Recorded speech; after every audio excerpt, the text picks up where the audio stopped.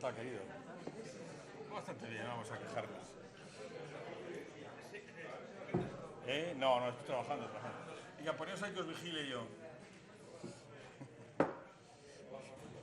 ¿Qué tal?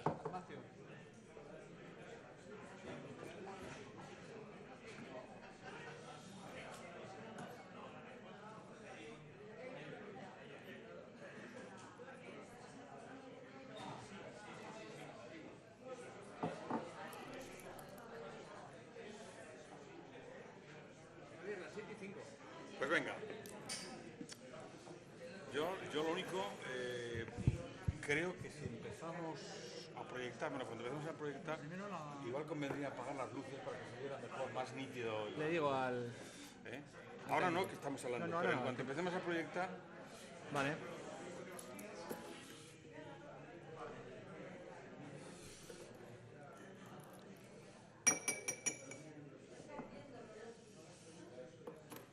Bueno, pues hemos dejado ya 5 minutos de cortesía, que es bastante, no vamos a castigar a los puntuales, vamos a premiarles y los que vengan más tarde, pues que entren ritualmente.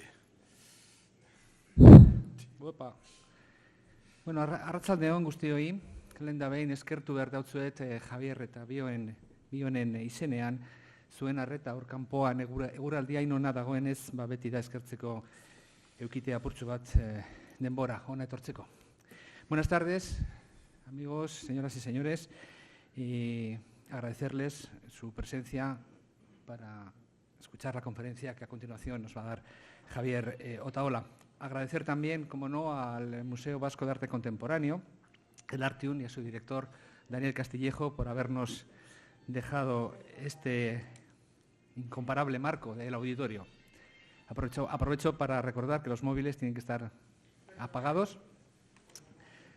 Muy bien. Perdonada, ¿no? La impactante belleza de la imagen del fotógrafo chileno Sebastián Utreras, unida a la fuerza de la palabra de Javier Otaola, uno de los principales referentes masónicos de hoy en día, han creado este libro único y lleno de sabiduría que hoy vamos a presentar. Mucho de alquimia hay en el encuentro mágico de la sutil fotografía en blanco y negro de Sebastián Utreras con el verbo ágil y desmitificador de Javier Otaola. Imágenes y textos parecen haber estado aguardando encontrarse, como por casualidad, en la vuelta de cualquier esquina en la ciudad aquella con nombre de todas las ciudades de tu historia. De nuevo, 3 diálogos en uno que son muchos. Primero, el ojo claroscuro del fotógrafo, arrancando fragmentos que devienen un todo conversando con las imágenes. Junto a él, la palabra narrada de la pluma que conversa con el intelecto. Y finalmente, el precipicio del diálogo interior a que nos empujan irremediablemente. 3 conversaciones que de nuevo devienen en música y en esa extraña sensación de tiempo detenido y de espacio indefinido y próximo. Numerosa es la bibliografía que nos invita a una lectura de la logia como catalizador y escenario del método iniciático. Desde la columna de sabiduría, muchas de esas obras son capaces de sostener desde la columna de la fuerza la arquitectura siempre inacabada de la República. Pero faltaba la columna de la belleza, en la palabra y en la imagen, para sostener una mirada tan luminosa, abierta y esclarecedora a la logia masónica. Javier nos va a hablar un poco de todo esto, del sentido poético y estético del ritual masónico, del espacio, del rito, de los oficios, el tiempo, el viaje, los hermanos y las hermanas, la iniciación, la luz, el símbolo, el sentido, la muerte. Y una vez presentado lo que va a ser un poco los hilos de la conferencia, presentar también al autor, cómo no, por muchos de ustedes conocidos. La verdad que hacer una lisonja o loa de un hermano, pues nunca es bienvenido entre los propios masones, porque eso significa un poco que envilece al que hace la loa y también puede corromper al que la recibe. No obstante, Javier Otaola son muchos años de amistad. Licenciado en Derecho en el año 1977, ejerció como abogado hasta 1982 en los colegios de Bilbao, Vitoria y Madrid. Es letrado del Gobierno de la Comunidad Autónoma Vasca, del Gobierno vasco, desde el año 82 precisamente, y muchos de ustedes lo conocerán porque fue defensor vecinal, herritarren defendatzailea, de la ciudad de Vitoria, Gasteiz, durante 8 años, fue síndico. También es promotor y animador del Foro Club de los Iguales Gure Artean, amigo de número de la Real Sociedad Vascongada de Amigos del País, Euskal Herriaren Adiskideak Elkartea, socio de la Asociación de Escritores de Euskadi, Euskadiko Idazleen Elkartea, y de otras asociaciones culturales, mediadoras y filantrópicas. Iniciado en masonería en el año 79 en la Logia La Tolerancia de Bilbao, es cofundador de la Logia Manuel Iradier en 1993, logia que ha cumplido este año sus bodas de plata, 25 años ya en esta ciudad. También lo es de la Logia de Estudios Teorema en el año 1997 y del Triángulo Augusto Barcia en el 2011 en Oviedo, Asturias. Ha sido gran maestro de la Gran Logia Simbólica Española, Gran Oriente Español Unido, desde el año 1997 hasta el 2000 y presidente de la Internacional Masónica Clipsas desde el año 97 al 99.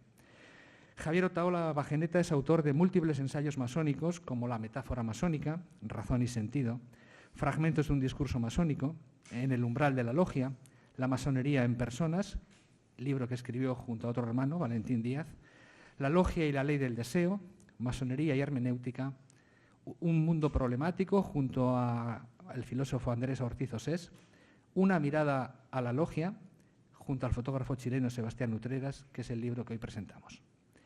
Y otros ensayos como Laicidad, una estrategia para la libertad, Ciudadanía e identidad, Testuchoac, cristianismo sin embargo. También ha escrito varias novelas, Brocheta de carne, As de espadas, Mamá ha muerto. Javier Otaola es colaborador habitual, además de Claves de razón práctica, escribe artículos de opinión en el diario El Correo, El País, o participa en debates en Euskal Irratia Televista y en otros medios. Javier, querido hermano, cuando gustes. Bueno, ha sido un poco comercial la presentación, pero en fin, vamos a darla por buena, ya que se trata también de promocionar el libro de Sebastián Utreras, que lo presentamos hoy indirectamente, aunque es un libro que ya se publicó hace no sé si 4 o 5 años, y lo traemos a colación al día de hoy porque yo voy a desarrollar una conferencia que va a tomar como referente, yo creo, de máximo interés, precisamente las imágenes de Sebastián Utreras, que están en el libro, pero que están también aquí en el proyector y que yo voy a permitirme comentar al hilo de mi reflexión. Bueno, pues os agradezco mucho que hayáis venido aquí a escuchar en esta cálida tarde de finales de verano para hablar sobre masonería. Bueno, voy a obviar, digamos, las aproximaciones a la masonería que son muy manidas, ¿no? Las de tipo histórico, de cuándo se fundó, qué personajes están asociados a la misma, qué papel histórico jugó en algún momento determinado. Creo que todas esas cosas que pueden tener un cierto interés de curiosidad, en realidad resbalan sobre la cuestión esencial, lo que para mí es esencial, después de ya muchos años de masonería, respecto de esta tradición intelectual y moral de la que yo os quiero hablar, pero respecto de su núcleo duro, que es precisamente la vida en la logia, lo que se hace en la logia. En realidad las logias existen antes que la masonería misma. La masonería como tradición es una construcción intelectual y práctica que deriva de una realidad previa, que es la existencia de logias. Las logias, como grupos humanos donde se practica una especie de sociabilidad filosófica, surgen como fruto de una evolución natural de las antiguas logias de constructores, de los gremios, precisamente en una sociedad como la británica, en la que por razones prácticas se mantuvo más tiempo vigente esa actividad gremial, por razón precisamente de los grandes incendios que asolaron a Londres y las necesidades de reconstrucción de edificios que dieron lugar a un mercado laboral intenso por parte de canteros de toda Europa que acudieron a Londres a trabajar. También en una época histórica, principios del siglo XVIII, en el que la sociedad británica se recomponía después de las terribles guerras de religión y las tensiones políticas asociadas a la religión que había sufrido, en un momento en el que una nueva sociabilidad parecía despuntar por todas las costuras de la vieja sociedad corporativa, en la que la masonería como tradición asociativa empezó a cambiar de significado. Como se dice ahora, empezó a resignificarse. Siendo la misma, en realidad era distinta. las logias en las que se agrupaban los canteros profesionales ya no tenían sentido en una sociedad corporativa como la medieval, porque ahora se construía con tecnologías mucho más económicas que la de la piedra tallada. El capitalismo moderno, digamos, destruye los restos de la sociedad corporativa con la reivindicación de la libertad para trabajar. Ya no es necesario estar adscrito a un gremio para dedicarse a la actividad profesional patrocinada por el gremio, sino que cualquiera puede emprender cualquier actividad sin necesidad de permiso real, ni gremial, ni de nadie. Digamos que esa sociedad burguesa rompe con esa tradición corporativa, pero las logias se habían mantenido durante un tiempo relativamente largo en el que, salvaguardando pues, las formas más o menos convencionales de su antigua función corporativa, habían incorporado otro tipo de actividad, pues, como club de pensamiento, como grupo esotérico, como tradición, no sé cómo decirlo, ecuménica, porque en realidad se apuntan una serie de fórmulas asociativas que trascienden las divisiones religiosas y de fe. Y esa práctica encuentra acomodo en una nueva forma que surge en 1717. En 1717, efectivamente, 4 logias de Londres que se reunían en 4 tabernas, o sea que no tiene ningún nombre misterioso, el manzano, la corona, la jarra de uvas y el racimo de uvas y la jarra, y el ganso y la parrilla, deciden, bueno, agruparse en una nueva asociación que no existía en el pasado medieval, que era la Gran Logia. Existían las logias, que eran talleres autónomos, que se constituían en diferentes ciudades en función de las obras a realizar, pero nunca se habían asociado entre sí para constituir una federación o una asociación que fuera más allá del ámbito de lo estrictamente local. A estos canteros, que muchos ya no lo eran, que eran nobles, comerciantes, clérigos, que se habían ido incorporando como masones aceptados a las viejas logias corporativas. Estos masones aceptados son en realidad los que toman la iniciativa para resignificar las antiguas fraternidades de canteros en nuevas fórmulas asociativas que son, en cierto modo, afines a otras que surgen en la época, como las sociedades de sabios, la Royal Society. Digamos que con motivo de la revolución liberal y burguesa, los patrones de sociabilidad de la Edad Media se van disolviendo y aparecen fórmulas de relación transversal, entre las cuales la masonería es una de ellas.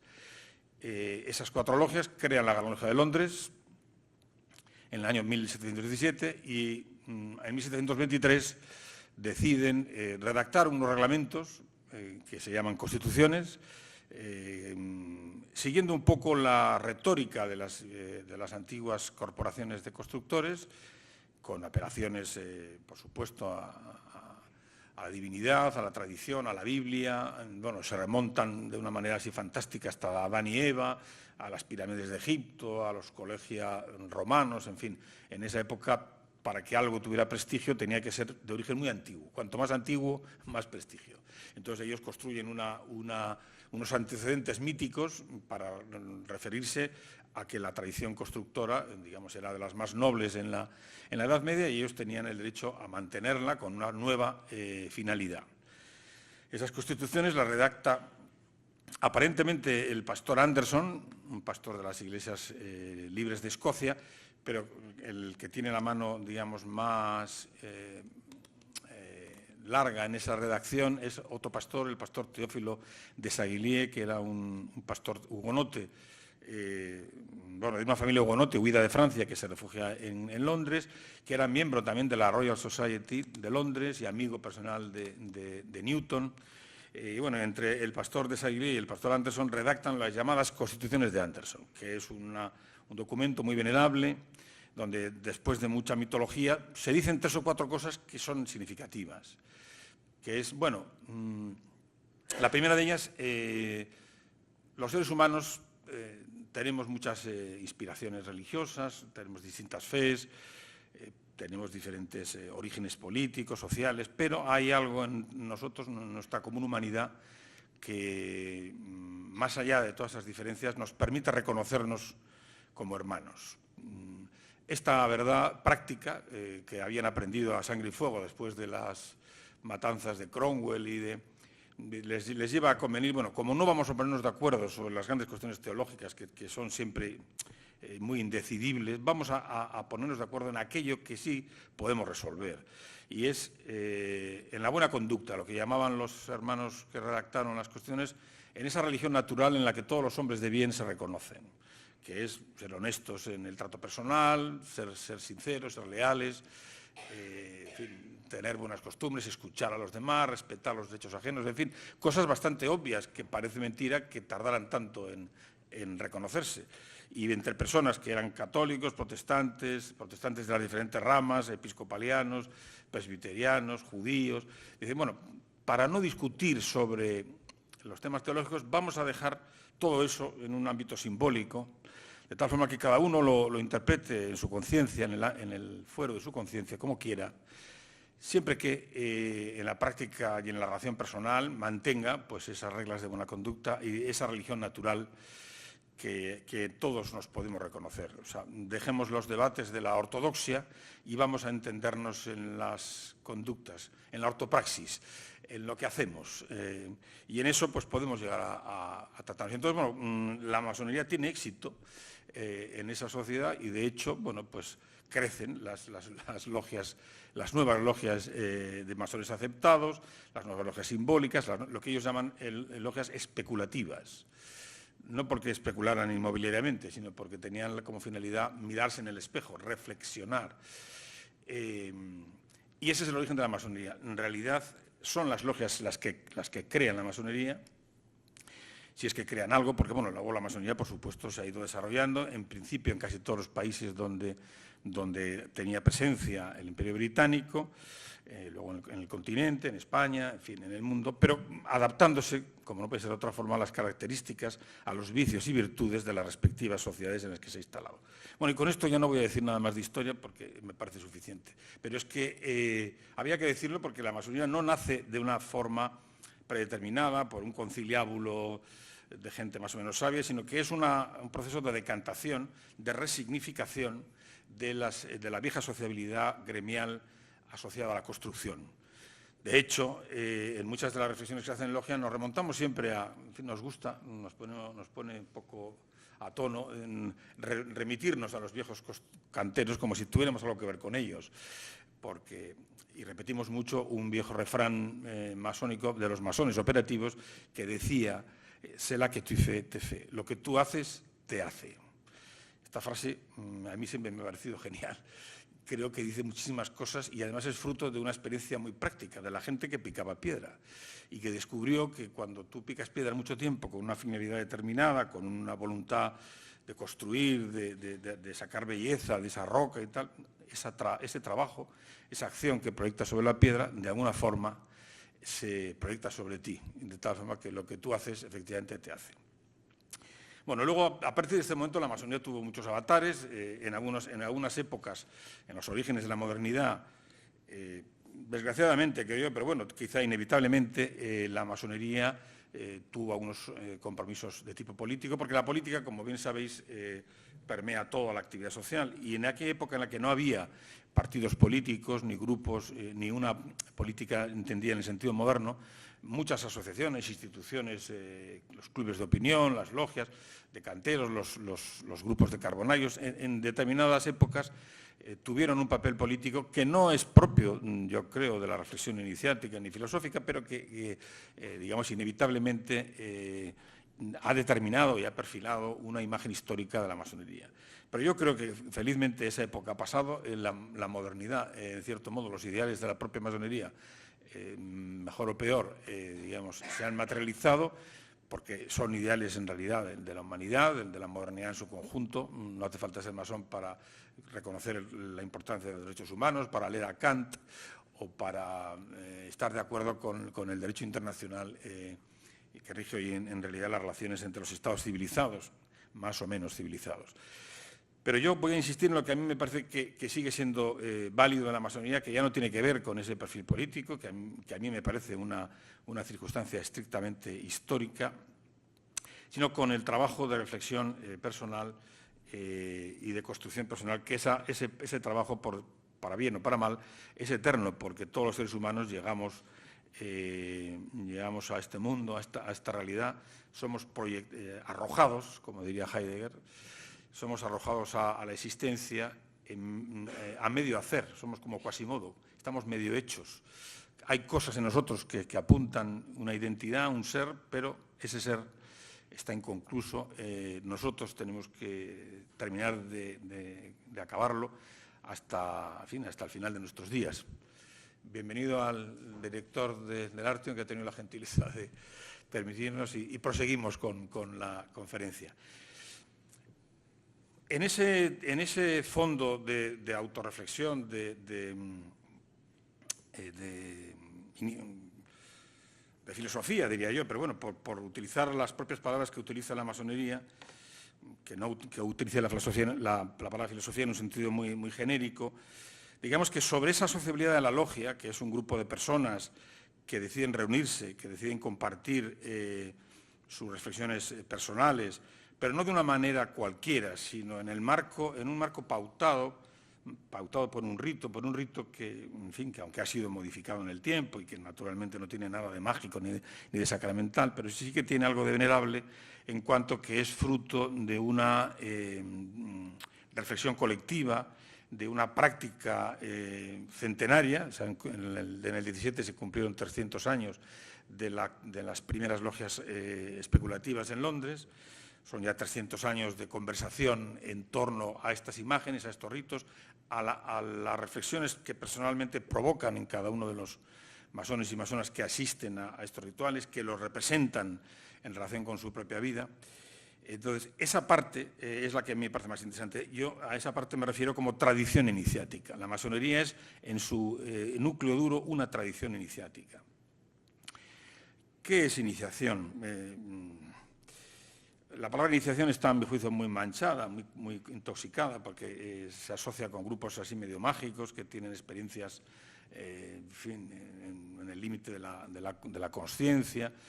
Pero en realidad iniciación es todo conocimiento, toda experiencia que nos transforma, que desencadena en nosotros, que inicia en nosotros un proceso de transformación, lo que San Pablo llamaba la metanoia, un cambio que se supone que ha de ser a mejor, pero podría no serlo, podría fracasar. O sea, hay algo en nosotros que cambia en algunos momentos de nuestra vida. Todas las vidas humanas están llenas de momentos iniciáticos espontáneos. En fin, el más típico y prototípico es lo que se llama el paso de la niñez al estado adulto, a la adolescencia, básicamente por el descubrimiento de la sexualidad. Lo que se decía en los pueblos cuando un niño o una niña ha perdido la inocencia, porque ahora ya sabe algo que antes no sabía, y eso que sabe le va a complicar la vida un montón a partir de ese momento, porque ya no solamente lo sabe teóricamente, sino lo va a empezar a saber prácticamente cuando descubra que en su ser hay pulsiones y atracciones, en fin, que no conocía y que empiezan a influirle en su manera de comportarse. Va a empezar a entender chistes que antes no entendía, que antes los mayores se reían a sus espaldas y no sabía muy bien por qué. Y entonces, en ese cambio teórico, porque reconoce nuevas fuerzas psíquicas que le van a condicionar, y un cambio teórico y práctico, hay una iniciación. De hecho, los pueblos tradicionales suelen marcar esa iniciación en las tribus digamos, casi prehistóricas, desde tiempo inmemorial, se marca ese momento en el niño y en la niña de maneras distintas. En el niño, básicamente, confrontándole con la idea del riesgo, el peligro, el sufrimiento, la resistencia frente al dolor, la solidaridad con el grupo, en fin, una serie de prácticas. Básicamente le dejan al niño solo en la selva con 4 indicaciones y le dicen no vuelvas hasta que no hayas traído, yo qué sé, pues una cebra o hayas matado un león. Y entonces tú tienes que arreglártelas para sobrevivir en ese ámbito hostil, para resistir el miedo, para confrontarte con las fuerzas de la naturaleza y someterlas y volver a nosotros y demostrar que eres algo distinto que un niño, que ahora eres un hombre. y entonces te marcaremos el cuerpo con una serie de características para que la gente reconozca que tú ya no eres el niño que fuiste, sino que eres otro tipo de persona. Bueno, esto es una cosa primitiva, pero es una estructura antropológica que es muy común a todas las sociedades y nosotros de una manera o de otra pues también tenemos ritos de paso.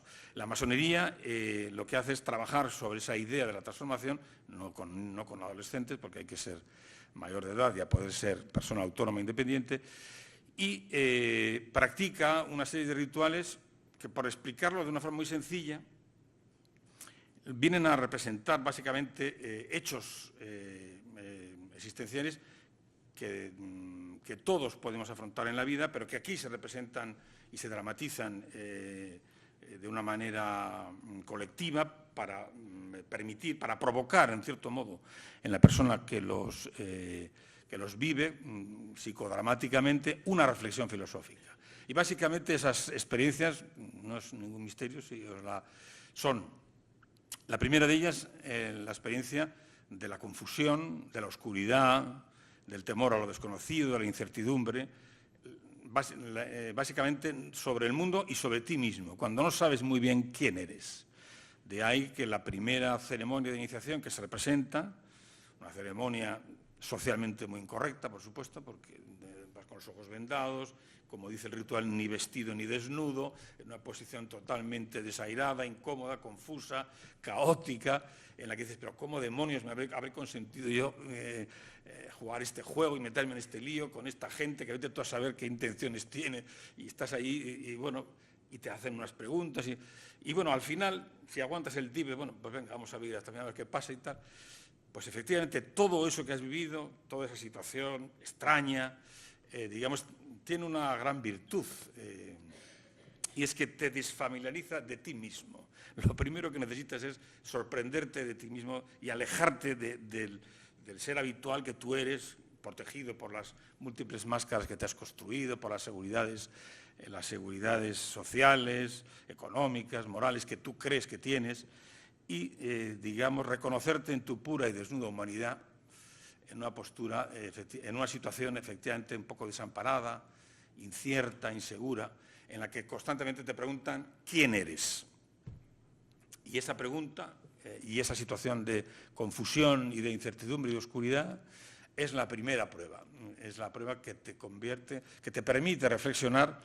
No hay una respuesta correcta, la masonería no tiene respuestas, simplemente se toma la molestia de realizar amorosamente ese juego iniciático para zarandearte lo suficiente para que tú mismo llegues a la conclusión de que tienes que contestarte a esa pregunta porque ha llegado el momento.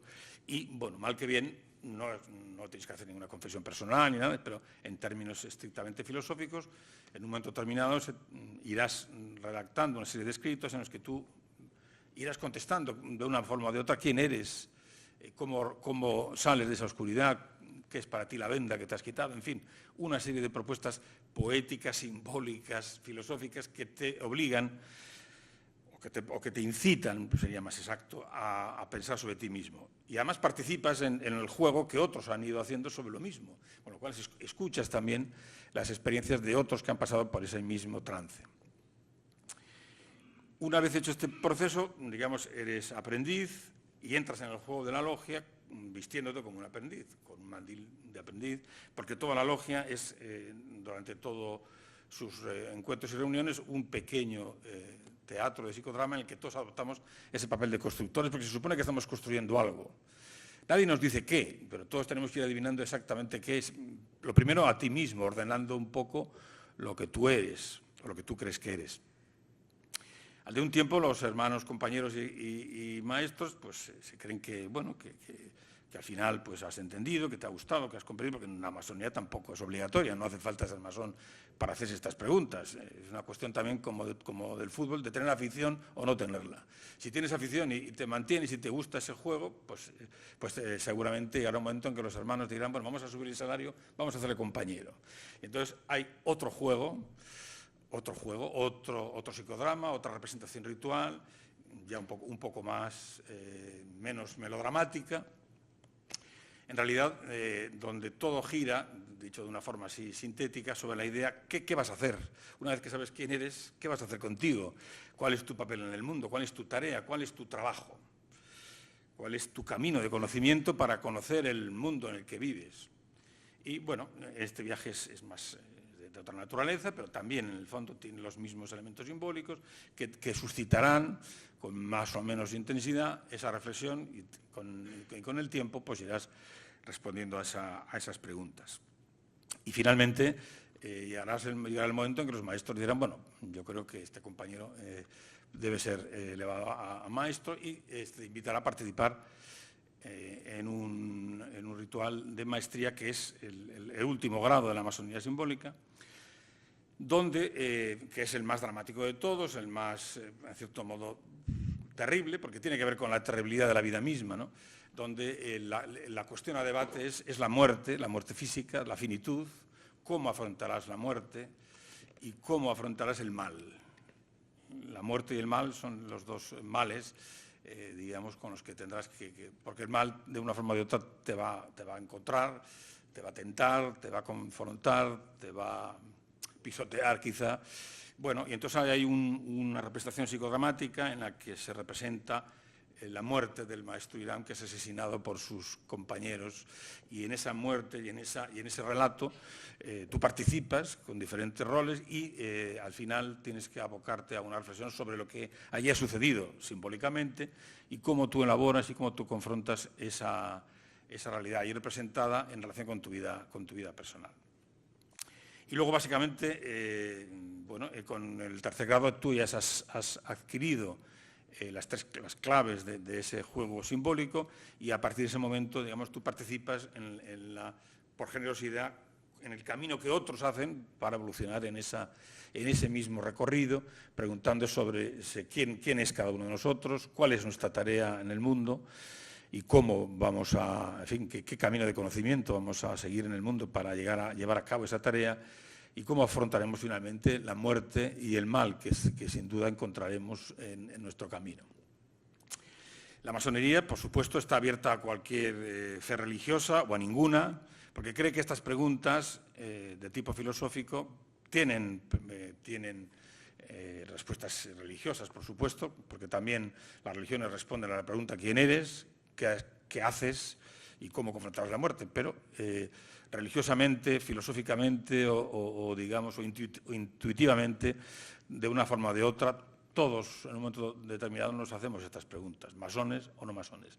Los masones lo hacemos de una forma más divertida y en comandita, compartiendo, en cierto modo, a través de la sociabilidad de la logia, nuestra propia reflexión, que con el tiempo, por supuesto, va adquiriendo madurez, distancia, en fin. Claro, porque esto, yo llevo 33 años y pico en esto y he escuchado muchas cosas.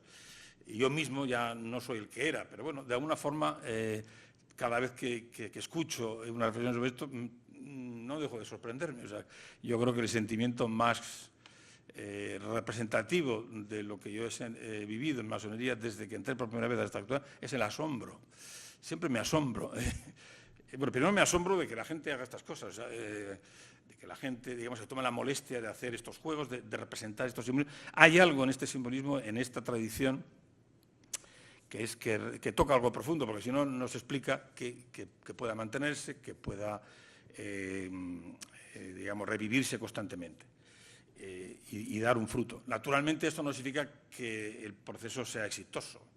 La masonería, como el matrimonio, como la amistad, como la empresa, como todo, puede fracasar estrepitosamente y la logia convertirse en un guirigay, una jaula de grillos, pero, o sea, que el que te diga lo contrario miente. La masonería es un juego delicado, la logia es un juego delicado porque es una sociabilidad no espontánea, en cierto modo. Hay muchos elementos de afinidad, pero hay también muchos de diferencia. De hecho, para que la logia tenga valor, para que ese encuentro en nuestra pura humanidad sea efectivamente en eso y no en otras cosas, la logia tiene que ser variada. Ahí hay gente de izquierdas, de derecha, abertzale, no abertzale, hombres, mujeres, gente con formación académica, gente sin ella. Somos tan distintos que solamente podemos reconocernos en nuestra pura humanidad, porque en todo lo demás no nos reconocemos en absoluto, ni siquiera nos dirigiríamos la palabra seguramente. Entonces, ese es el riesgo del juego. reconocerte en tu pura humanidad con gente con la que no te reconocerías seguramente fuera de la logia. Eso te va haciendo distinto, no sé, te va haciendo más fino, creo yo. Pero bueno, puede resultar bien o puede resultar mal. Puede resultar mal en el sentido de que la logia se convierta, en vez de en un camino de esclarecimiento, en un nuevo camino de ocultación, y en el que en vez de encontrarnos en nuestra pura humanidad, nos disfracemos con una nueva máscara, con más mandiles, con más adornos, con más prosopopeya.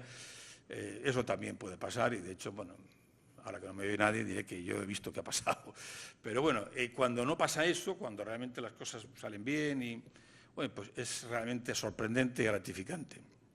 Bueno, y ahora ya no voy a decir nada más, digamos, por mí, sino que voy a pasar un poco a comentar las imágenes, porque este trabajo de Sebastián Utreras me parece que es magnífico. Sebastián Utreras es un fotógrafo chileno que durante un año estuvo visitando una modesta logia de las afueras de Santiago de Chile, fotografiándola en diferentes momentos. Y yo creo que esos momentos representan muy bien lo que yo os he ido diciendo y lo representan además de la forma que se representan en masonería, con la imagen. Porque en la masonería no se trata de hablar mucho. A mí cada vez más me gusta en logia cuando no hablamos, cuando solamente estamos juntos practicando el ritual, porque eso es lo más armonioso, lo más claro, porque las palabras siempre introducen factores de confusión, que por supuesto hay que afrontar, pero cuando la egrégora se produce mejor, seguramente cuando no hay tantas palabras y hay simplemente una voluntad de estar juntos, de compartir esa común humanidad en el silencio y en la belleza de los símbolos. Y ahora, si no te parece mal, apagamos un poco la luz para sí, por favor, que los técnicos luzcan en todo su esplendor. Gracias. Eso es. Bueno, vamos a presentar las fotos. Hay un cierto orden, son cerca de 60 fotografías, en algunas me detendré un poco más, en otras un poco menos, tampoco os voy a aturrar mucho. No sé si esa luz que cae sobre os molesta. Pues también que la quiten también, que quiten la luz de, por favor, de las la luz filas. Del público. Porque esa os ciega más. Sí, toda la luz. Si quitáis todo. ¿Mejor así? Perfecto, gracias. Esto parece un cine de barrio. Bueno, pues aquí está una escena en la que, ahora está tan oscuro esto que ya no veo tampoco la... Vamos a poner ¿Qué necesitas? un poco de luz, para ver el teclado, porque si no puedo hacer un estropicio. Bueno, lo importante es que veáis las imágenes. Este es un hermano que entra a la logia desde fuera, la puerta de la logia, que tiene un pequeño reconocimiento. Bueno, en Chile la masonería es una institución completamente establecida. De hecho, en toda América está asociada a la emancipación, porque la masonería, en aquella época, como una especie de protopartido político, bueno, aunque hubo masones que eran partidarios de la unidad, que eran imperialistas, por decirlo así, y otros, sin embargo, que se declararon independentistas. En fin, digamos que la masonería, como siempre, ha jugado papeles contradictorios. En el caso de la independencia americana, Washington era masón, pero muchos de los militares, digamos, de la corona que lucharon en Estados Unidos eran también masones. De hecho, Canadá se mantuvo fiel a la corona y estaba también habitada por personas que eran masones, militares o no. O sea que, bueno, la masonería en realidad, en contra de lo que la gente piensa, no tiene una identidad ideológica, ni siquiera política, salvo en términos muy generales, por supuesto, que hoy en día son obvios, que en aquella época ser partidario de los derechos humanos, de la libertad personal, de la ciudadanía y tal, sería efectivamente revolucionario, pero hoy en día, digamos, yo creo que salvo Trump, todo el mundo está de acuerdo en esto. Bueno, seguimos con las imágenes. Una hermana que entra. Esta es una imagen interesante. Digamos, os he hablado antes de la ceremonia de iniciación, que es la primera, que tiene efectivamente unos elementos simbólicos que tienen que ver con la oscuridad, con la incertidumbre, con la no identidad, con no saber muy bien quién es uno, con el riesgo de dar un paso en falso, con atravesar un umbral. Y tiene una fase en la que el candidato o la candidata, en este caso, espera, o escuchando vagamente de lejos la música o las palabras, el murmullo de la logia, que le llamen para entrar en logia y, en su caso, contestar al pase bajo venda o por realizar los viajes iniciáticos correspondientes. Esto es un momento de una tenida en el que, bueno, todas las tenidas tienen una pauta ritual que tratan que juegan siempre con el simbolismo de la luz y la oscuridad. La logia, cuando entramos en el taller, está en penumbra y se va iluminando poco a poco, según se van invocando la sabiduría, la fuerza, la belleza, y se va iluminando el conjunto del local. La logia tiene también unos oficios. Está presidida por el venerable maestro, que es el que dirige los trabajos, como el maestro cantero, que en la época operativa dirige los trabajos, y los vigilantes, que eran los capataces, que atienden a los diferentes grados, a la columna del norte el segundo vigilante y a la columna del sur el primer vigilante. Los aprendices siempre caminan en logia con su mandil blanco, con la babeta levantada, señal de su menor habilidad, de su mayor torpeza y necesidad de protegerse más que los maestros y que los compañeros de los golpes o de las manchas del trabajo.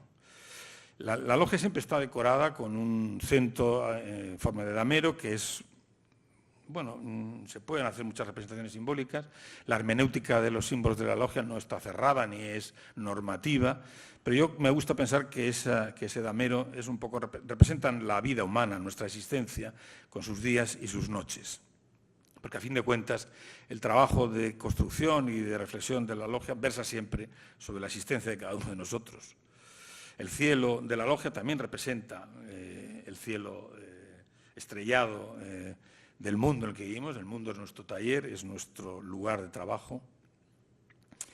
Este es un momento en el que los aprendices están pasando la ceremonia de iniciación y tienen que tomar primeramente un juramento o promesa sobre el libro de la ley sagrada, que puede ser la Biblia, el Corán, el Tao Te Ching, la Declaración de Derechos Humanos. Siempre las logias tienen diferentes libros que se refieren a las diferentes tradiciones espirituales y morales en las que están ubicadas las logias.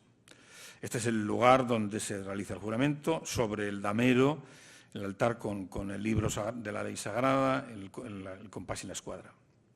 Este es un maestro masón que está tranquilamente ocupando su lugar en la logia. Lo curioso que tiene la logia es que todos en logia somos símbolos unos de otros, porque como vamos, digamos, vestidos como constructores, con las manos blancas y el mandil correspondiente, cuando yo estoy sentado en un lado de la logia, los hermanos y hermanas del otro lado que me ven, en cierto modo, me están considerando como un elemento más que decora la logia, y yo les veo a ellos y ellos también decoran la logia. Esa idea de que la logia tiene múltiples perspectivas en función de el hermano o hermana que la mire, también nos va enseñando a respetar esa ineludible pluralidad en la que nos encontramos siempre en logia. Esta es la posición del iniciado, ni vestido ni desnudo, en una posición de debilidad, de desamparo, de inseguridad, desprovisto de las máscaras sociales que le protege y, en teoría, invitado a mostrarse en su pura y desnuda humanidad. No desnuda del todo, semidesnuda. Esto es un momento de la ceremonia, también hay un momento de la ceremonia en que se producen grandes ruidos en la logia y este es ruidos que el candidato no conoce. Esta es otra imagen de uno de los diáconos o auxiliares del venerable maestro. Este es un momento en que el venerable maestro enciende una de las luces. El venerable maestro enciende la luz de la sabiduría. El segundo vigilante, el primer vigilante, el de la fuerza, y el segundo, el de la belleza. Estos también se invocan esos principios que hemos dicho en abrir y a cerrar la logia. Hay algunos oficiales de la logia que van con espadas. Este es el damero en otra posición. Una vista desde la fila trasera de la espalda de un hermano y de la fila de enfrente, porque la logia se reúne en círculo, en rectángulo, y nos miramos unos a otros, nos estamos viendo constantemente unos a otros. Este es uno de los vigilantes que tiene su collar y su espada del oficio abandonada en su sillón. la fila la columna que decimos nosotros, una de las columnas de la logia, que son las filas de asientos donde se colocan los hermanos. Esta es una de las columnas que está a la entrada de la logia, las columnas que representan como arquetipo de toda construcción sagrada el templo de Salomón, el suelo de la logia, dos viejos hermanos ahí charlando en una esquina, esperando. Esta es una ceremonia fúnebre a la que asistió Sebastián Utreras. Aquí se ve un picao del catafalco del hermano fallecido con la columna truncada. Ahí se hace anualmente en algunas logias una ceremonia en recuerdo de los hermanos muertos con una columna truncada que representa al propio hermano que se ha roto y hay un ritual de recuerdo, memorial, en el que todos los hermanos participan. Con unas rosas, siempre hay pétalos de rosa en recuerdo del hermano, la hermana fallecida, y la columna truncada que está ahí detrás. Se arrojan esas rosas sobre el catafalco que representa el cadáver del hermano. Esta es una escena de los pasos perdidos de la logia. Este es el oriente de la logia donde se sienta el maestro, la espalda, el respaldo de su asiento, la estrella flamígera y la luz. Esta es la silla de uno de los vigilantes con la piedra bruta a su lado, que representa la piedra sin pulir, todavía desbastada, del hombre que no ha reflexionado, la persona que se ignora a sí misma, que no sabe quién es, ni le importa. Esta es una tenida al aire libre, una tenida bajo la bóveda celeste, que de vez en cuando se hace al anochecer, en algún lugar discreto, con unos arreos que representan de una forma más esquemática los símbolos de la logia. Aquí están las columnas, aquí está la ley sagrada, la escuadra y el compás, y al fondo no sé si son la luna. Las luces de los hermanos en la oscuridad de la noche, los hermanos que van o que vienen, no sé exactamente, el perfil de la logia al anochecer, la cadena de unión, cuando se terminan los trabajos, todos los hermanos forman una cadena y digamos si se conjuran o se comprometen a guardarse respeto, fraternidad y a volver a encontrarse cuando sean convocados de nuevo a los trabajos. Aquí un hermano que parece un poco indio está, no sé si encendiendo o apagando una de las luces, con ese efecto de chispas que le da un toque un poco artístico. Y volvemos al interior de la logia, con pequeños detalles del libro de la Ley Sagrada. Esto parece la columna, esto parece los pasos perdidos. Esto es la salita fuera de la logia donde se hace la vida social, digamos. A veces se hacen ágapes o se hacen los encuentros de formación de los aprendices, o en fin, ¿no? Los pasos perdidos que decimos nosotros, los pasos que todavía no están orientados por la luz de la logia. Este es un momento en el que el venerable está encendiendo, acaba de encender la luz, la columna. Una escena de una hermana vigilante a través de las columnas, un contraluz, aquí en difuminado, una imagen del oriente de la logia. Aquí la hermana, que no sé si es la venerable maestra o un oficial de la gran logia, que va detrás porque todos los movimientos en el seno de la logia se hacen siempre de una manera más o menos solemne, precedidos por los hermanos guardatemplo, experto y maestro de ceremonias.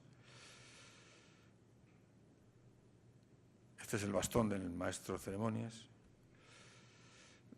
el lamero solo.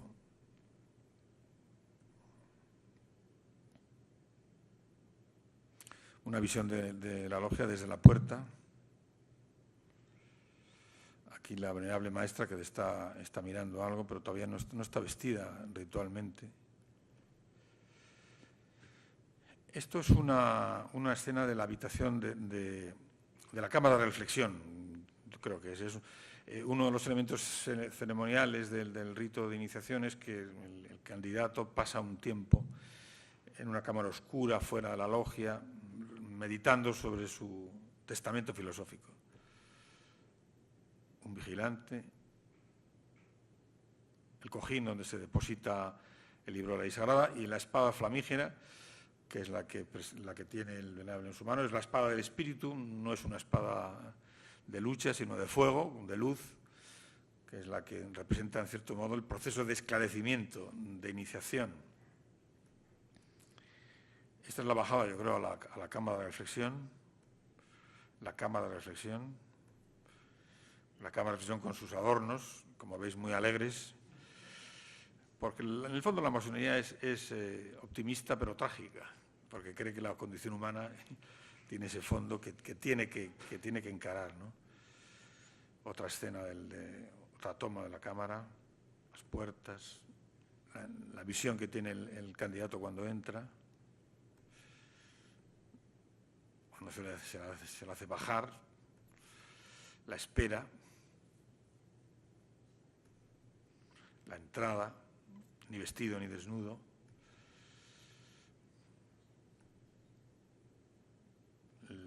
Este es ya el reconocimiento, el momento antes del juramento, cuando se le va a reconocer como miembro de la logia, con la espada flamígera, y aquí creo que hemos llegado al final. Este es un repaso breve de las imágenes que yo creo que representan sintéticamente todo lo que os he contado. Y bueno, no sé si os ha interesado lo que he dicho, si os ha suscitado alguna duda. Ahora podéis hacer todas las preguntas. Efectivamente, ahora abrimos un turno de diálogo con ustedes. Cualquier pregunta que quieran hacer al ponente, a Javier, estará encantado de responderla sobre cualquier aspecto que haya hablado, comentado durante la conferencia. Vamos a dejarle beber un poquito. Y no tiene más que pedir la palabra y se la daremos. Pero alguna duda seguro que tenéis. Sí, sí, adelante, por favor. Pues venga, empieza por las tres primeras. Adelante.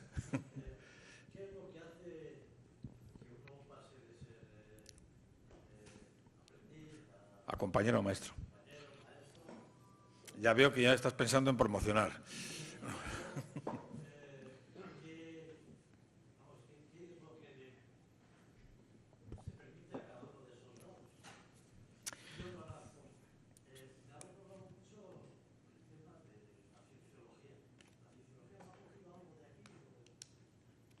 Vamos a ver. Empezando por el final, no tengo ni idea de lo que ha hecho la cienciología porque no soy partidario. Entonces no sé muy bien. Hombre, la idea de lo iniciático está en todo. Digamos que el ser humano es un ser que se va completando. El mismo cristianismo tiene, los químicos llaman el camino catecumenal, o sea, la idea del catecumenado también es una forma de iniciación. La idea de la metanoia, de la que habla San Pablo, también es un proceso de transformación. Naturalmente el ser humano se va haciendo, incluso hay efectivamente, incluso todas las religiones tienen un proceso de evolución. No es lo mismo lo que se enseña a un niño con el lenguaje de niño que lo que se enseña a un adulto.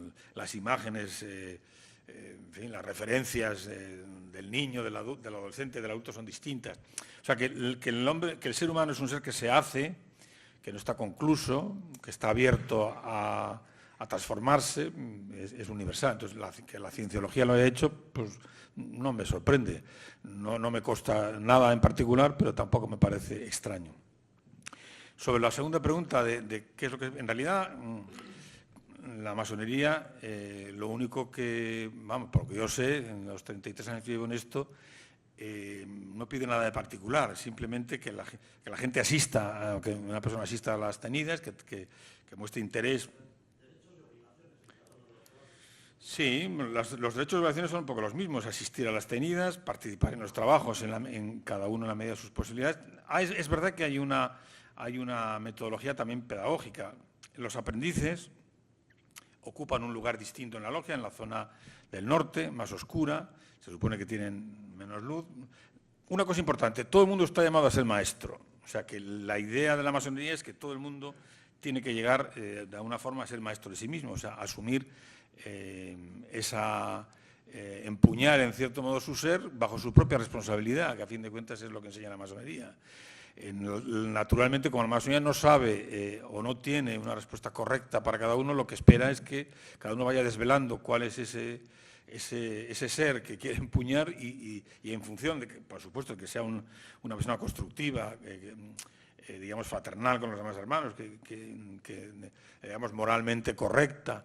Tampoco se pide la santidad, simplemente, digamos, que sea una persona de buenas costumbres, que participe, que le aporte algo, que se vea que esto le aporta algo, le sugiere algo, le estimula algo, porque si se aburre, si no viene, pues por supuesto, en ese caso se le invita amablemente diciendo, pues no hace falta que tengas aquí, puedes estar perdiendo el tiempo y puedes dedicarte a otra cosa.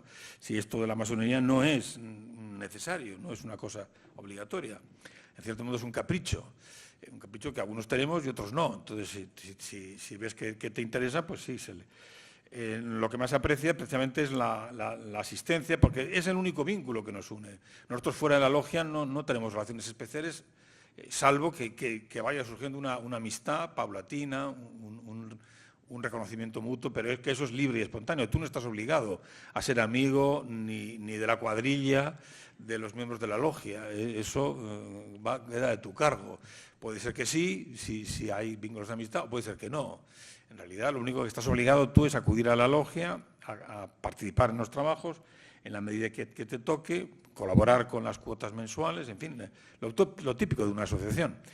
Es verdad que en el grado de aprendiz, en principio, tú no participas en los debates, salvo en los asuntos, digamos, ordinarios, administrativos o de la logia, sino no en los debates filosóficos. La logia tiene siempre una pauta de comportamiento que es el mismo, de trabajo que es el mismo, que es la apertura de los trabajos, que son esas invocaciones a la sabiduría, a la fuerza de la belleza, la iluminación, la separación del tiempo profano del tiempo masónico y, bueno, el momento en el que empezamos a trabajar masónicamente, la lectura del acta, los asuntos de la logia, y luego hay una parte que se llama los trabajos de arquitectura, en la que los hermanos y hermanas preparan pequeños textos, más o menos pequeños según las logias. Hay logias que no permiten, que son muy sensibles a las tufarradas y no permiten más de 3 páginas, otros son más indulgentes y permiten 10, 12, en fin. El caso es que hay gente que hace trabajos escritos de diferentes. En el caso de aprendiz está limitado los temas,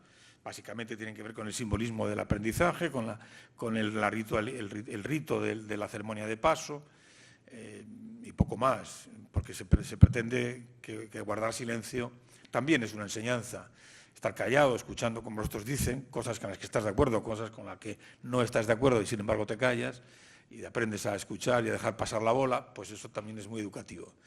En el grado de compañero se amplía el temario, puedes trabajar sobre más símbolos, tienes también algunas competencias administrativas y finalmente cuando eres maestro pues puedes tratar de cualquier tema. Lo que no se tratan son temas de política partidaria, que es el PSOE, que es el PP, que si esto, que es lo otro, no. Se pueden tratar temas que tienen un sentido metapolítico, puedes hablar de la libertad, puedes hablar de Europa, puedes hablar de los derechos humanos, puedes hablar de... Tampoco se hacen disputas confesionales, que si los católicos, que si los protestantes, no. Puedes hablar del sentido de la vida, del sentido de la muerte, que son temas metareligiosos, pero no se admiten disputas confesionales en el seno de la logia, porque los hermanos pueden tener diferentes opciones y tú no estás allí para convencer a nadie. Lo bueno de la logia es que lo que se dice allí no se dice para convencer a nadie. El venerable maestro y sus oficiales. Y entonces, pues eso es lo que se pide. Y la otra pregunta que me ha dicho, deberes, bueno, pues pagar la cuota, asistir. Pues eso es lo que te he dicho, que hagas todo eso que te he comentado de una forma regular y más o menos entusiasta y que pase un tiempo mínimo, hay un tiempo mínimo, que los reglamentos generales establecen que son 3 meses, nosotros solemos durar un curso. Normalmente nuestra logia te tiene 9 meses allí esperando. Pero bueno, una vez que has pasado ese tiempo y has cumplido más o menos, pues tú llegas a maestro y asumes esa condición. Nada. Sí. Sí.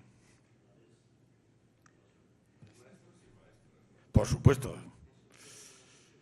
Sí, nuestra logia, como no puede ser de otra forma, es de hombres y mujeres, aunque hay logias solo de hombres y logias solo de mujeres. Bueno, la masonería anglosajona en su mayoría es solo masculina, porque es la primera que se fundó y la que debido a su éxito social, pues digamos, ha consolidado una imagen pública en la que solo varones, aunque también hay una masonería solo femenina. Habrá del orden de 250.000 masones en Gran Bretaña y habrá unas 14.000 mujeres en logias solo femeninas. En Francia habrá del orden también de 150.000 y hay una masonería solo femenina que se llama la Gran Logia Femenina de Francia, que tendrá unas 19.000. La masonería en España es muy pequeñita, gracias a Dios, a mi juicio, porque tiemblo yo de si hubiera una masonería grande en España. No me fío de nosotros. Pero bueno, digamos que en la masonería en España, entre todos los efectivos, será del orden de 5.000 hermanos y hermanas. Pero bueno, lo importante, como no se trata de llegar a un sitio concreto ni de hacer nada particular, sino disfrutar de esa sociabilidad de la logia, de ese lugar de encuentro, yo personalmente estoy muy satisfecho con la masonería española, tal y como está. Pero bueno, lo que tenga que ser, será. Sí, Gloria, ¿tienes la palabra?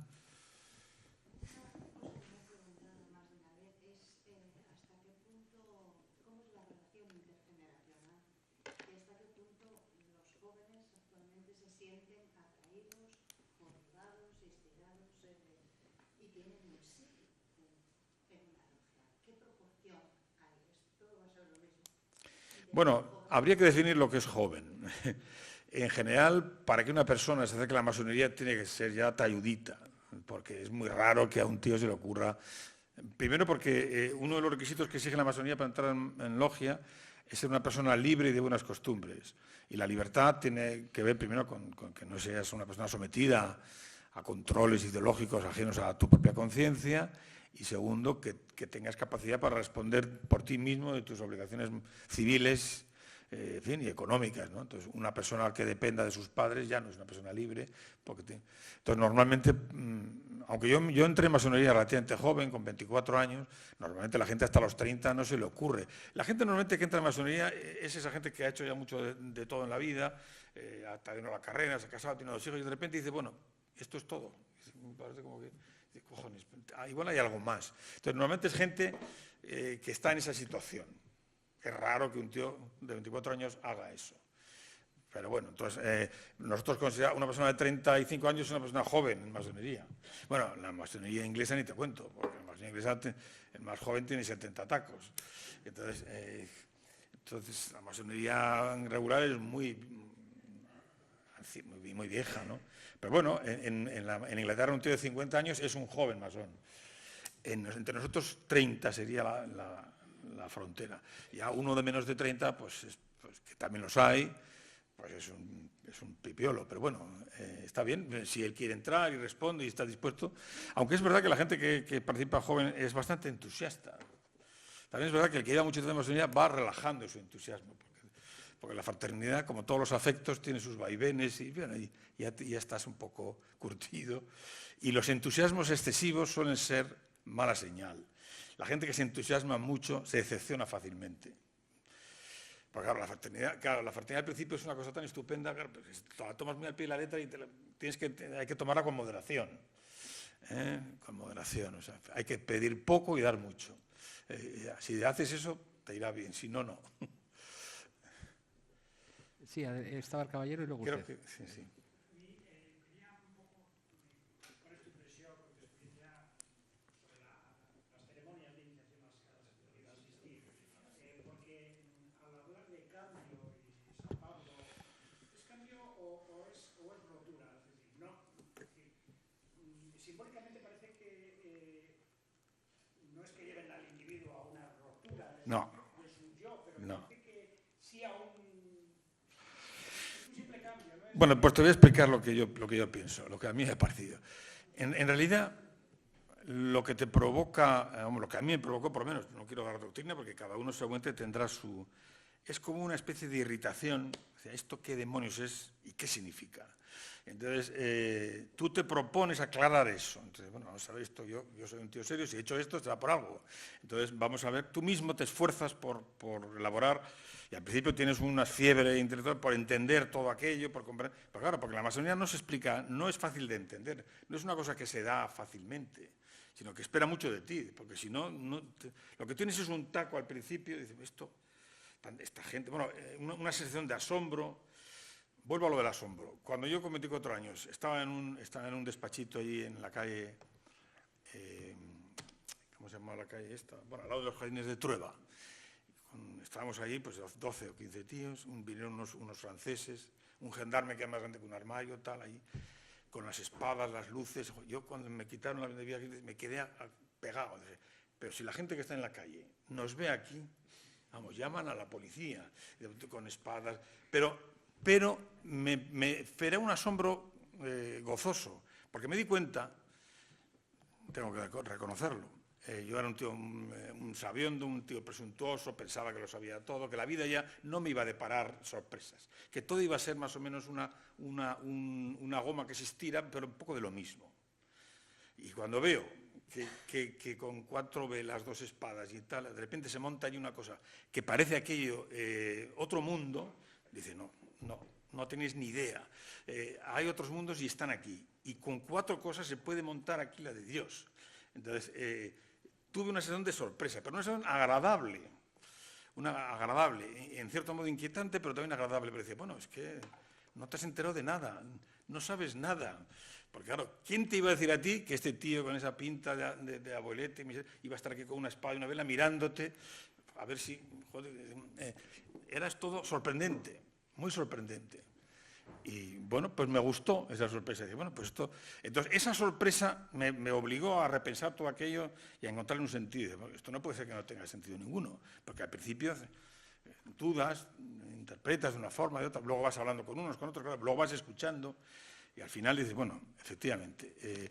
Y luego te pasa una cosa, tú has pasado por una ceremonia de un tiempo, cuando tenías 25 años, pero claro, luego de repente tienes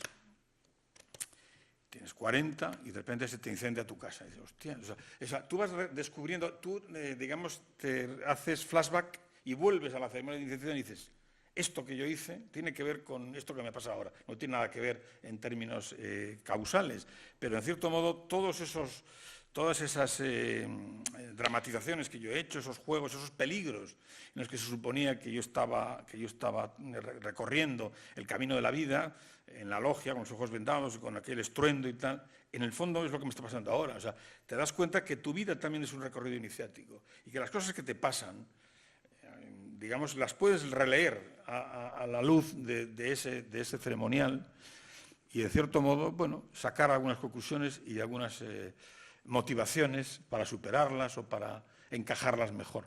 O sea que no es que la mayoría te transforme, no hay un elemento sacramental, ni mágico, ni... Lo que hay es una serie de claves nuevas que son intensas, porque las has vivido intensamente, porque tú mismo te has comprometido. Cuanto más te comprometes y más el ridículo haces, más necesidad tienes de explicártelo. Y entonces a eso le das mucha importancia. Bueno, vamos a ver, esto tiene que tener una gran importancia, porque esto que he hecho yo no lo habría hecho yo si no. Entonces, efectivamente, le vas dando vueltas y al final dices, tate, se trata de esto.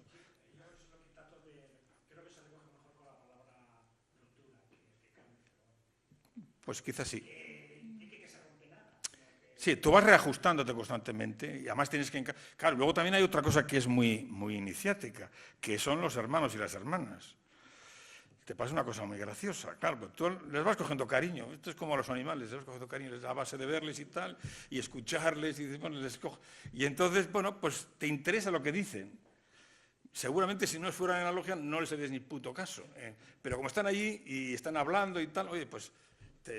y como les quieres, dices, bueno, pues tiene razón, el hombre se le explica y tal, alguna razón tiene. Y entonces tienes que hacer un poco de hueco a él para encajarle en tu propio esquema. Porque igual, si no fuera eso, le harías un bufido. Pero como es de la casa y tal, hombre, intentas salvarle, o sea, intentas encajar lo que todos vamos diciendo, mejor que peor. Hombre, si es infumable, pues dices, no, pues aquí, hasta aquí hemos llegado y vale, y lo vamos a... Pero en general tiendes a empatizar con lo que dice el otro. Y eso te obliga a ajustarte a ti mismo. Y dices, bueno, pues igual no es tan malo lo que pensaba yo, que pensaba este. Bueno, pues vamos a darlo por bueno, o por casi bueno. Entonces, todo te va cambiando, claro, porque tú mismo te vas haciendo más sensato, menos fanático, a base de escuchar. Claro, escuchar es muy transformador. no hay nada más transformador que una buena conversación. Y claro, en masonería mantienes muchas conversaciones, algunas hasta altas horas de la madrugada. Entonces, joder, eso te cambia, pero te cambia poquito a poco, no es una cosa tremenda, pero te la cambia. Sí. Caballero. No. Bueno, si los hay, nadie me ha dicho nada. No. Bueno, lo que hay es una auxiliar administrativa en Barcelona pero claro, porque la masonería, por supuesto, es... No, 5.000. Sí, bueno, llamar 5.000 las diferentes asociaciones. Nosotros somos... Porque, bueno, yo os hablo de la logia porque la logia es lo importante. Pero las logias se federan en lo que se llaman grandes logias. No son grandes porque sean muy grandes, sino porque es una logia de logias. Entonces, en la gran logia se repiten los cargos de la logia, pero poniéndole la palabra gran delante. En vez de un tesorero tenemos un gran tesorero, aunque el tesoro sea una birria. En vez de un secretario tenemos un gran secretario. En vez de un presidente tenemos un gran maestro. Bueno, bien, un gran primer vigilante. Bueno, pero entonces esa logia o esa superlogia lo único que hace es una tenida al año, que es la asamblea, donde se reúnen todas las semanas y gestiona, digamos, lo que sería la asociación. Entonces, bueno, esa gran logia que está en Barcelona y que tiene un local en el que nos hemos metido en deudas para comprarlo, y pues sí tiene una auxiliar administrativa, tiene un tío que hace la limpieza, tal, tiene sus cosas, pero vamos, muy poco. Y porque las logias pagan las cuotas de su actividad en local, que es la importante, porque el 90% de la vida masónica se hace en la logia. Lo de la gran logia ya es alta política. Como decía un hermano de mi logia, decía, no, del venerable maestro para arriba, el gran arquitecto del universo. O sea, eso ya es... Pero bueno, la gran logia tiene un papel institucional, un poco representativo, de relaciones internacionales, porque eso le gusta mucho a la masonería, ir de viaje a París, tal, relacionarse, visitas. Eso ya no es propiamente iniciático, tiene que ver con una vida social de la masonería. Yo he sido presidente de la Internacional Masónica Eclipsas y bueno, pues se pierde mucho tiempo, pero bueno, también se conoce mucha gente. Entonces, es una manera de lo que se llama mantener la cadena de unión. Es que la logia no viva solo centrada en su pequeña parroquia, sino que de alguna forma tenga idea de que si viaja a otros países, pues puede visitar otras logias. Si vas a Estambul, puedes visitar una logia, en París, en Londres. Para que eso se mantenga activo, tiene que haber alguien que se encargue de mantener las relaciones, de tal forma que cuando tú vayas ahí y digas, yo soy de la gran logia simbólica española, digan, bueno, vale, ya sabemos quién eres, pasa. Si no te mandan a freír espárragos. Entonces ese mantenimiento de las relaciones con otros países y tal, bueno, lo hace la gran logia. De vez en cuando sale el gran maestro y dice así alguna cosa campanuda, pero bueno, tampoco se lo tomamos a mal. Entonces, nosotros nos dedicamos a la logia, que es básicamente... Lo de la gran logia ya, bueno, si la gran logia tuviera 50.000 miembros, pues sería importante, pero tampoco tiene. Señor, tiene la palabra. Muy buenas.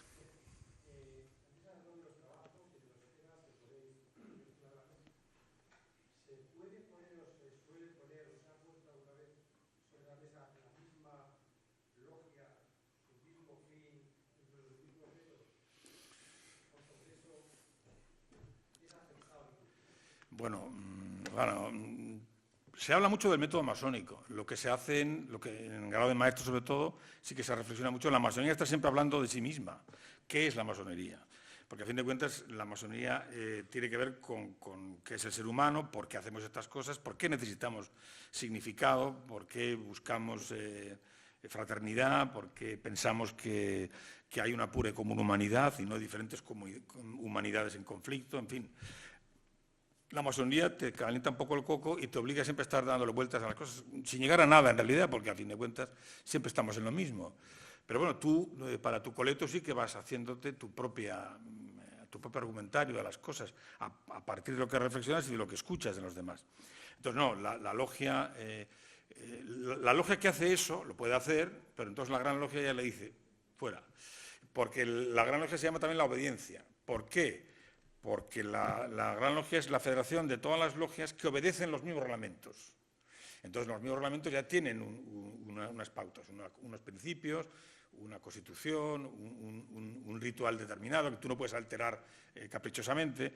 Cuando una logia hace eso, se llama una logia salvaje, porque de repente han decidido introducir un poco de sexo en el rito y tal. una tentación muy comprensible, pero no es válida. Por lo tanto, fuera. Ahora bien, tú te podrás llamar lo que quieras, la gran logia del mundo mundial, y podrás llevar mandil y tal, pero no está reconocida. Las logias siempre están con el tema del reconocimiento. Por eso en logia, cuando se empiezan los trabajos, se dice: sois masón, hermano primer vigilante, por tal me reconocen mis hermanos. Si no me reconocen, no soy nada. Entonces, soy porque me reconocen. Si no me reconocen, pues soy un pirao. O sea, entonces, también hay mucho pirao en masonería. O sea, logias de esas raras, que los ingleses llaman a esa masonería fringe Freemasonry, masonería marginal.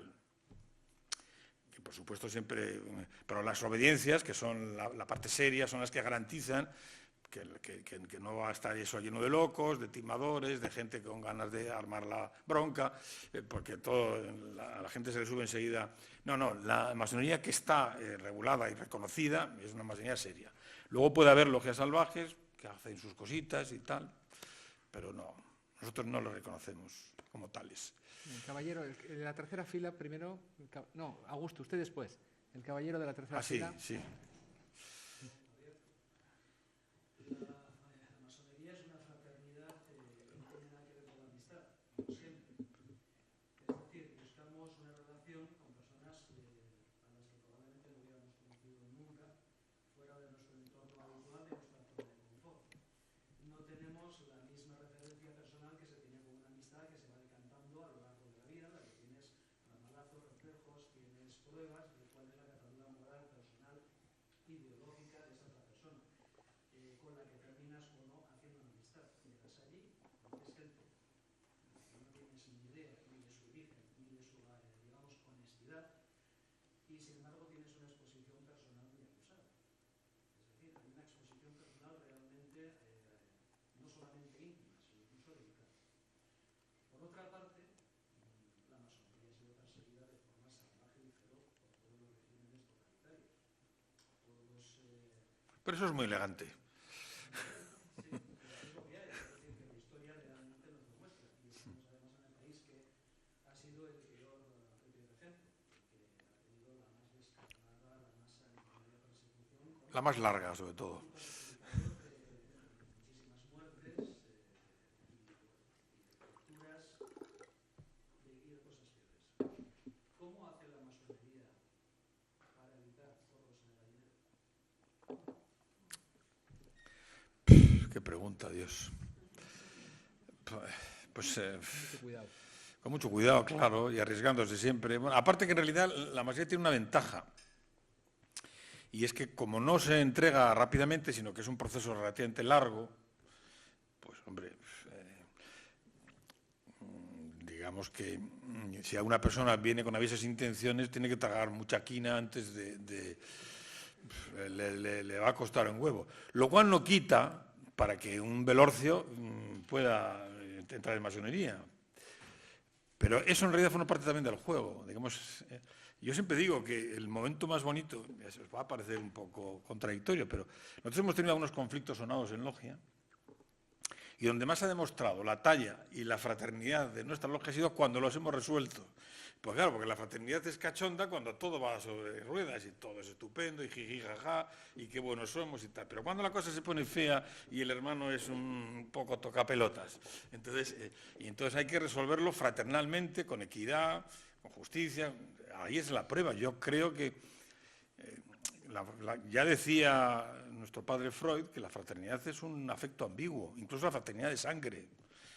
Como bien sabéis, después del Génesis, el primer acontecimiento de la historia universal es Caín y Abel, que eran hermanos, y Caín le atizó con la quijada, muy fraternalmente, diciendo: ¿soy acaso yo el guardián de mi hermano? O sea, la fraternidad es un sentimiento complejo y ambiguo.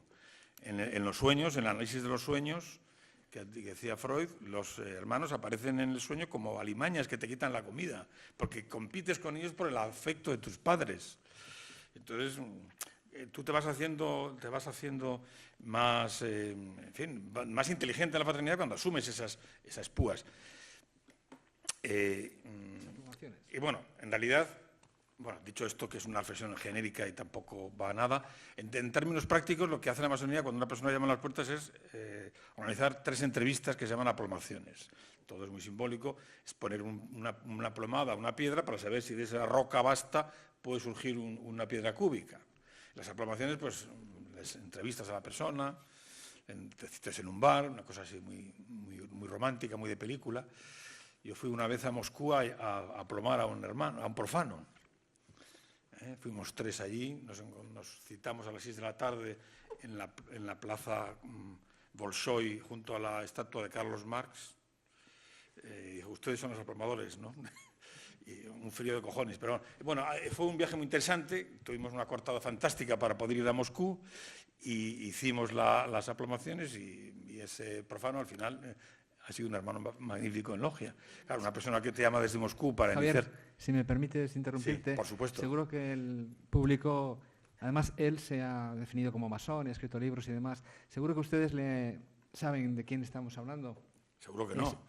Sí, Valentín Díaz era corresponsal de Televisión Española en Moscú durante muchos años. ¿Se acuerdan de aquel presentador con la pajarita? Con un bigotito, sí. Con un bigotito. Ese es el que Javier aplomó en Moscú. Puedes continuar. ¿Qué tiempos aquellos? Bueno, pues esas aplomaciones pues, permiten un conocimiento mutuo, más o menos. Siempre arriesgado, porque la gente naturalmente se presenta con su mejor cara y te cuenta sus cosas. Y bueno, lo que pasa es que sí detectas a alguna gente que está completamente loca, eso sí. Yo tuve uno que me dijo, bueno, usted, que me dijo, como yo le llamé de usted, además en el lenguaje masónico se utiliza a veces el vos, que es así, el hombre estaba emocionado, decía, qué maravilla, un sitio donde te llaman de vos, y a eso me inquietó. Pero bueno, luego vi que era una persona muy frágil, una persona con problemas psicológicos. Y una vez uno me dijo, bueno, yo quiero es que me publiquen mis poesías, me dijo uno. Yo también, dije. Y vengo aquí a ver. Y uno vino una vez un argentino al que quería pedirnos prestado dinero para el negocio de los zapatos. Como eso de la masonería tiene mucho dinero, yo he pensado que ustedes me pueden echar una manita y tal. Porque yo quiero mucho la masonería, decía. Ahora bien, lo de los zapatos es... Pero bueno, en fin, quitando esos casos extremos, la gente es más o menos normal y bueno, pues como en todo, pues en todos los afectos siempre te arriesgas un poquito. Sí. ¿Alguna pregunta más? Sí, Augusto. Sí, Augusto. Bueno, Javier, tú me conoces y los que tenemos una cierta curiosidad, o casi una malsana curiosidad, tenemos una idea de la historia y la trayectoria ideológica y filosófica de la masonería. Pero hay una cosa que yo no sé. ¿El régimen nazi persiguió a los masones? Por supuesto que sí, hubiera sido una vergüenza que no lo hubiera hecho. Por supuesto que sí. Sí, totalmente. Incluso el régimen nazi, fascista, que podía haber tenido una excusa para no hacerlo, y es que la Italia, en realidad, como nación moderna, nace, en cierto modo, animada por Garibaldi, que era masón, los carbonarios y los masones estuvieron en esa película con el Risorgimento, Mazzini, la familia Saboya. En cierto modo, la nación italiana que le debe algo a la masonería porque la masonería luchó contra los Estados Vaticanos, razón por la que fue excomulgada también, luchó contra el Imperio Austrohúngaro, entonces, bueno, Settembrini, el famoso Settembrini de la montaña mágica. Y, sin embargo, el fascismo prohibió también la masonería. Bueno, sin ir más lejos, Salvini también ha dicho que en su gobierno no va a haber ningún masón. O sea que eso nos honra, desde luego.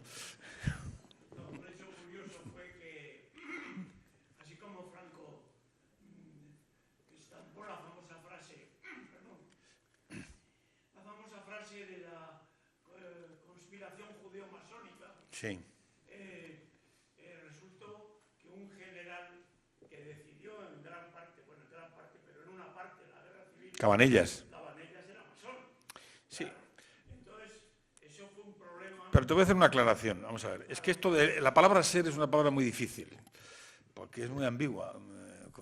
Estamos en una época post-metafísica y ya las cosas no son de... Sí. Que Zaragoza y Aragón se sumaran a la parte franquista. Sí. Y fue una de las pocas ciudades grandes de España que se sumó al movimiento.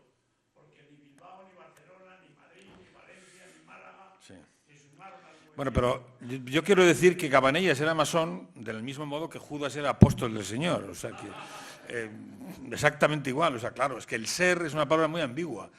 Cabanellas, pues seguramente... Nosotros no decimos que una persona es masón, porque la palabra ser es una palabra ontológica. ¿Qué significa ser? Como si fueras de Logroño. Ser de Logroño, no. Tú estás en masonería.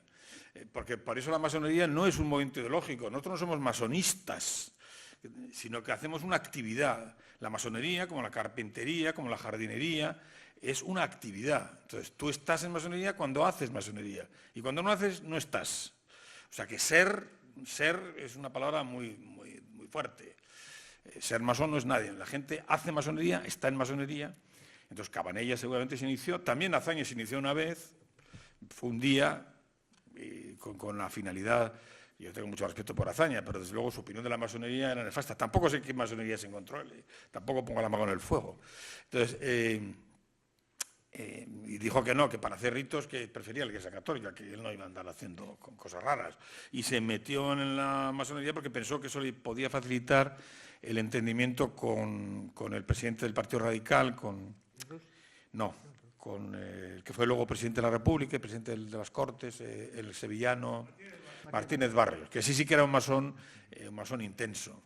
Churchill también fue masón, se inició en las logias universitarias, porque la masonía inglesa tiene unas logias solo para universitarios en Cambridge y en Oxford.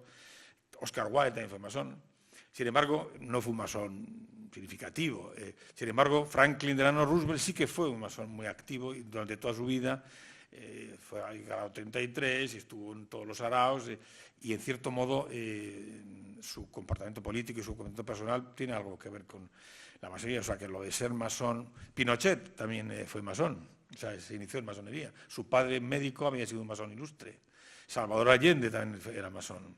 O sea que bueno, ser masón, o sea, te digo que Judas en eso también era apóstol.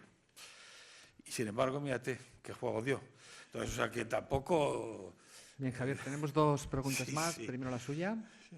Adelante. Has dicho que en España, afortunadamente, no hay muchos masones. Sí. A mí me gustaría saber qué opinas sobre si la masonería en España tiene alguna influencia social.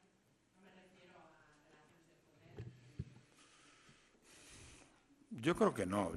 Bueno, influencia. Tiene influencia y yo he oído gente que está en masonería y que dice que hay que trabajar porque haya mayor influencia de los principios masónicos en la sociedad. No es por desanimarles a esos queridos hermanos, pero yo creo que gracias a Dios esos principios ya están en la sociedad establecidos. Yo conozco, mira, a un gran antimasón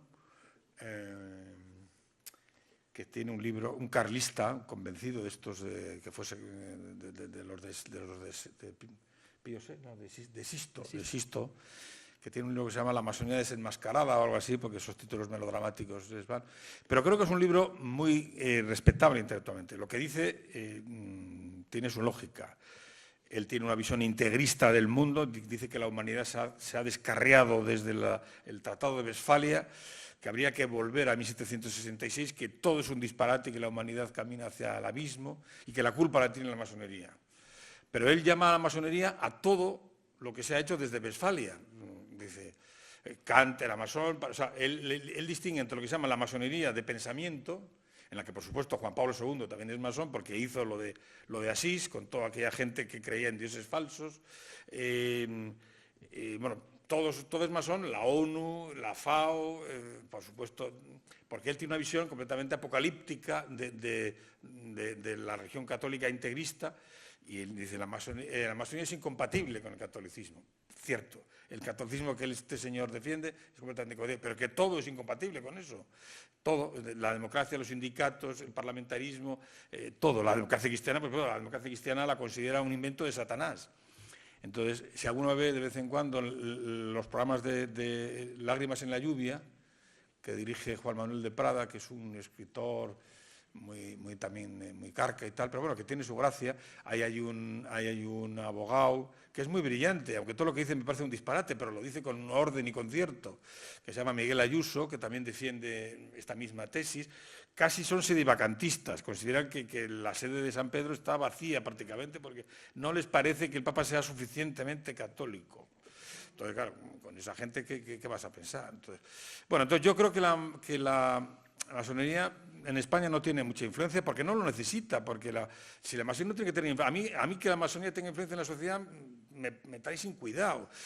Yo lo que quiero es que la sociedad funcione bien, pero no gracias a la masonería, sino gracias al Parlamento, a la prensa, a los sindicatos, porque yo creo que la sociedad debe responder con elementos sociales, no con gente ahí con mandil y espadas en un cuartito, ¿no? Eso no es para...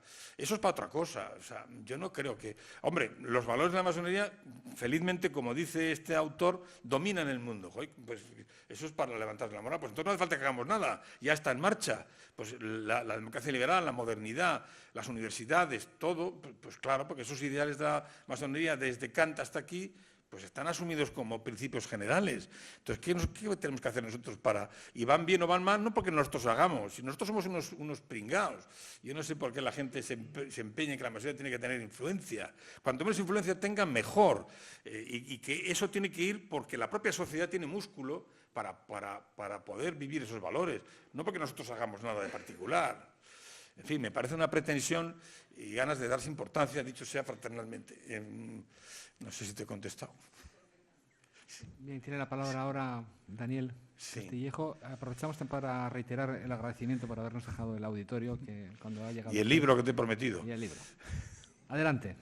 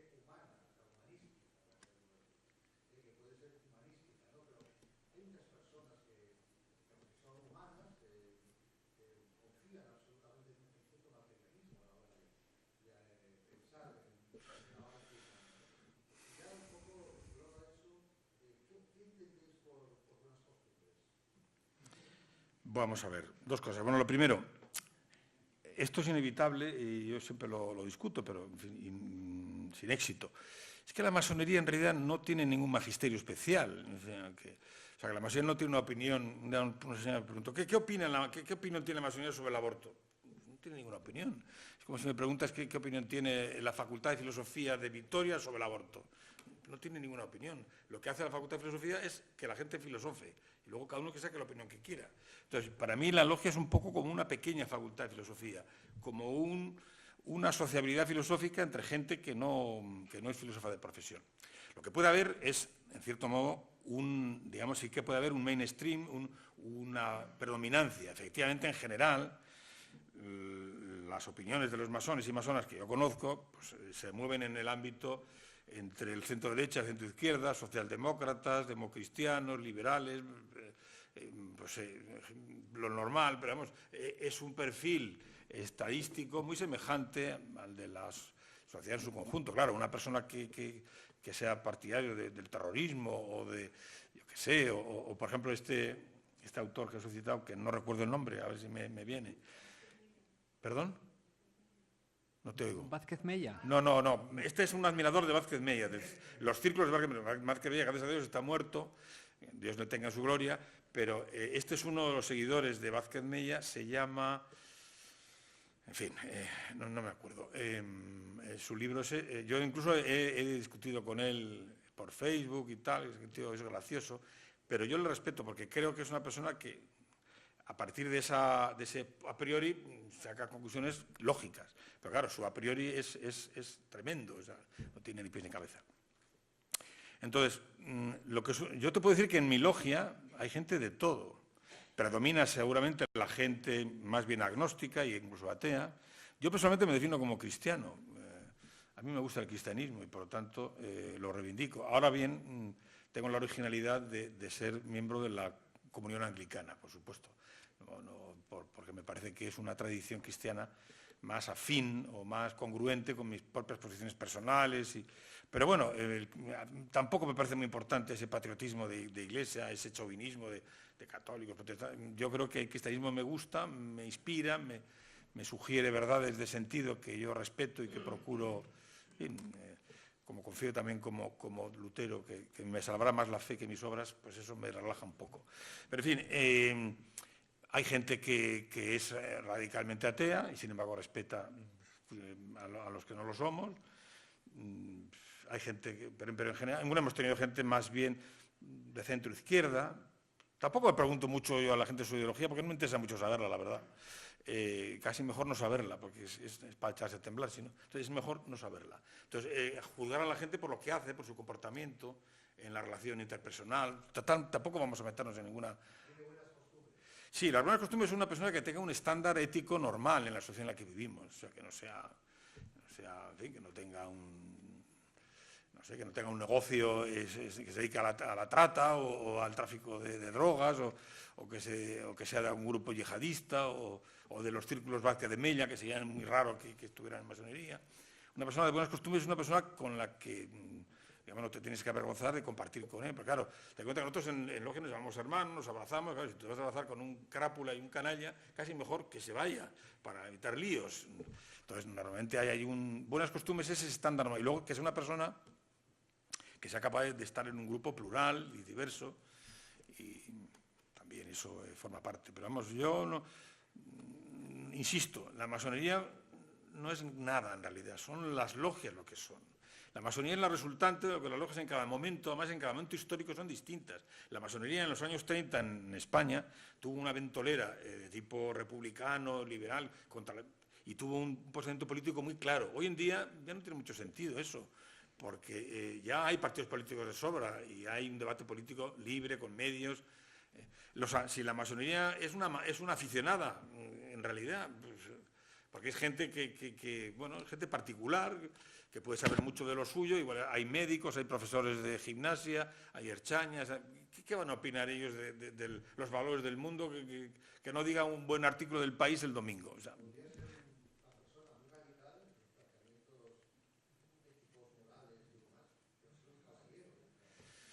bueno, pues yo de luego no he visto a nadie ni muy radical ni muy... y si no hubiera votado en contra. He visto a gente más o menos normal, pero claro, no te garantizo nada. La masonería puede dar lugar a cualquier cosa. Como digo, puede fracasar por muchas razones, pero no tiene una unidad ideológica, eso es importante. No es un grupo masonista con un ideario, con un programa de acción, tiene unas vagas referencias, lo que fíjate, ni siquiera les llamamos los landmarks, los límites, digamos, porque tienen una función más bien negativa.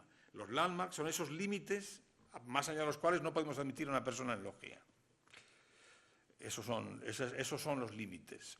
Entonces, pero claro, un límite no es tampoco una definición muy clara, es simplemente lo que del límite para allá no podemos admitir, del límite para acá puede ser de mil maneras. Sí. Bien, pues sí.